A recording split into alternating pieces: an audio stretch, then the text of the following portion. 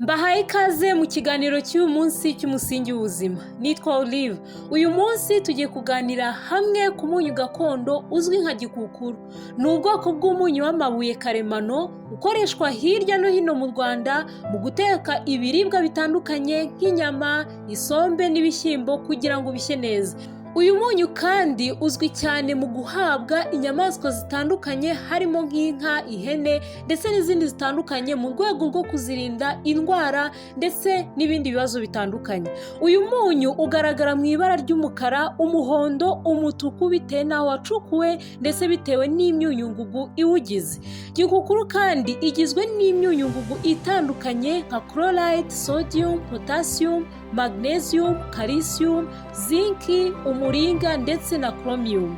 Uyu munyu ufite ubushobozi bwo kuvura indwara zitandukanye nk'inkorora, sinezite, uburibwe bwo mu nda ndetse n'izindi nyinshi zitandukanye. Si ibyo gusa kandi ahubwo gikukuru irinda kanseri, igabanya umunaniro, umutwe, depression ndetse ikica na mikorobe zo mu kanwa cyane cyane ku bantu barwara ishinya ndetse no kuva amaraso ku ishinya.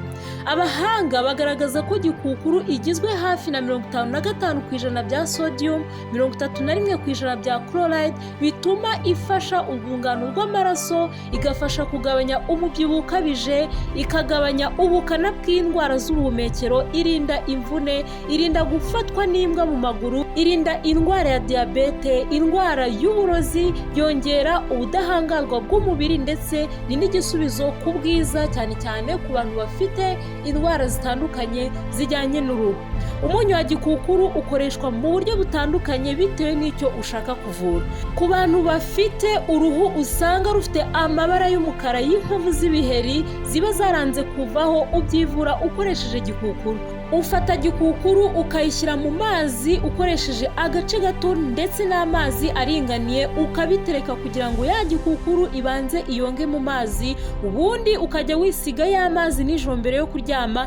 Aya mazi ya gikukuru ni meza kuko akiza inkovu z'ibishishi z'umukara, akiza ibiheri ndetse n'utundi tuntu twose turi mu maso amazi ya gikukuru adukuraho. Amazi ya gikukuru iyo uyavanze n'ubuki bikiza uruhu ibinure biza mu maso, kuri rwa ruhu usanga ruhora rusa n'urutosi. Ufata amazi wavangiyemo gikukuru ugashyiramo ubuki, ubundi ukayisiga buri munsi nimugoroba mbere yo kuryama, iminota 20 yashira ugakaraba mu maso, amazi y'akazuyaze ukahumutsa neza, ukihanagura neza.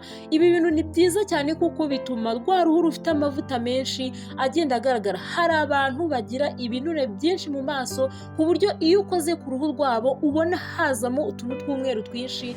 Turiya tuntu ni tubi cyane kuko dutera ibiheri, cyane cyane ku bantu bakunze kujya mu mukungugu bahorana uduheri twinshi kubera amavuta menshi mu maso. Niyo mpamvu amazi ya gikukuru wavanzemo ubuki ni meza cyane kuko agufasha kukurinda ibyo byose, birimo no kugabanya amavuta menshi mu maso. Hari n'ubundi buryo bundi ushobora kwifashisha igihe ufite uruhu rw'amavuta ushaka kubigabanya. Ufata amazi ugashyiramo gikukuru, mu gihe utegereje yuko iyonga ugafata karoti ukazisya neza, ubundi ukabivanga ukabyisiga mu maso buri munsi iminota 30, ubundi ugakaraba amazi y'akazuyaze kugeza ugeze ku kigero wowe wumva ushaka, hamwe ukora ku ruhu ukumva rumeze nk'uko urwifuza. Kubera ko gikukuru ifasha mu ikorwa ry'imisemburo ibiri ikomeye itera ibyishimo ariyo serotonin ndetse na melatonin. Igihe wumva ufite umunaniro cyangwa se stress, fata ikirahure cy'amazi uvangemo n'agasate gato ka gikukuru,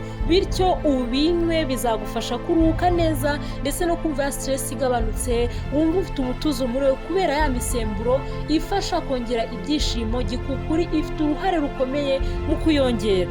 Ku murwayi ufite crise ya asthma, igihe atarabona pompe anyunguta agasate gato ka gikukuru, bityo ikamufasha muri cya gihe afite crise. cyangwa se ku mugore utwite ufite ikirungurira afata nanone agasate gato ka gikukuru ubundi akakanyunguta, bityo bikamufasha cyane kuko ubwayo gikukuru iri more basic, bityo iragufasha cyane mu kurwanya ya aside iri guturuka mu gifu. Ku barwayi ba diyabete, aho gukoresha uyu munyu usanzwe ahubwo hitamo gukoresha umunyu wa gikukuru buri gihe igihe utetse ibiryo ugiye gufasha, kuko bizagufasha bifashe ndetse n'umwijima gukora neza, bityo isukari ijye ihora ku murongo kandi bifashe n'izindi ngingo zose mu mubiri gukora, kubera yuko gikukuru ifite ubushobozi bukomeye cyane bwo kwirukana imyanda iri mu mubiri, gusukura amaraso, gufasha ingingo zose gukora neza. Ni ingenzi cyane muri detoxification cyangwa se gufasha na twa turemangingo twose tugenda twangirika ikadukura mu mubiri, bityo umubiri wawe ukabasha gukora neza. Kubera imyunyungugu yiganje muri gikukuru, kuyikoresha bifasha umubiri wacu kwirukana uburozi mu mubiri ndetse no gufasha gusukura utunyangingo twacu, bityo umubiri ukarushaho gukora neza. Niyo mpamvu ku bantu cyane cyane bakunze guhinga ibihingwa bakoresheje ifumbire, nyaboneka nimba ugiye guteka yaba igitoki, nimba ugiye guteka ibirayi, nimba ugiye guteka isombe, nimba ugiye guteka umuceri, inyama, reka gikukuru ntibe iyo gukoresha kugira ngo ibiryo byacu byihute gushya, ahubwo nanone tuyifashishe mu buryo kugira ngo umubiri wacu ukore neza. Iyi nama ntabwo ibwirwa abadiyabetike gusa cyangwa se abafite indwara z'umutima, ahubwo kuri buri muntu wese, kuko ibiryo dukonsoma ibyinshi biriya bihingwa biba byarahinzwe hifashishijwe ifumbire. Niyo mpamvu gikukuru iragufasha cyane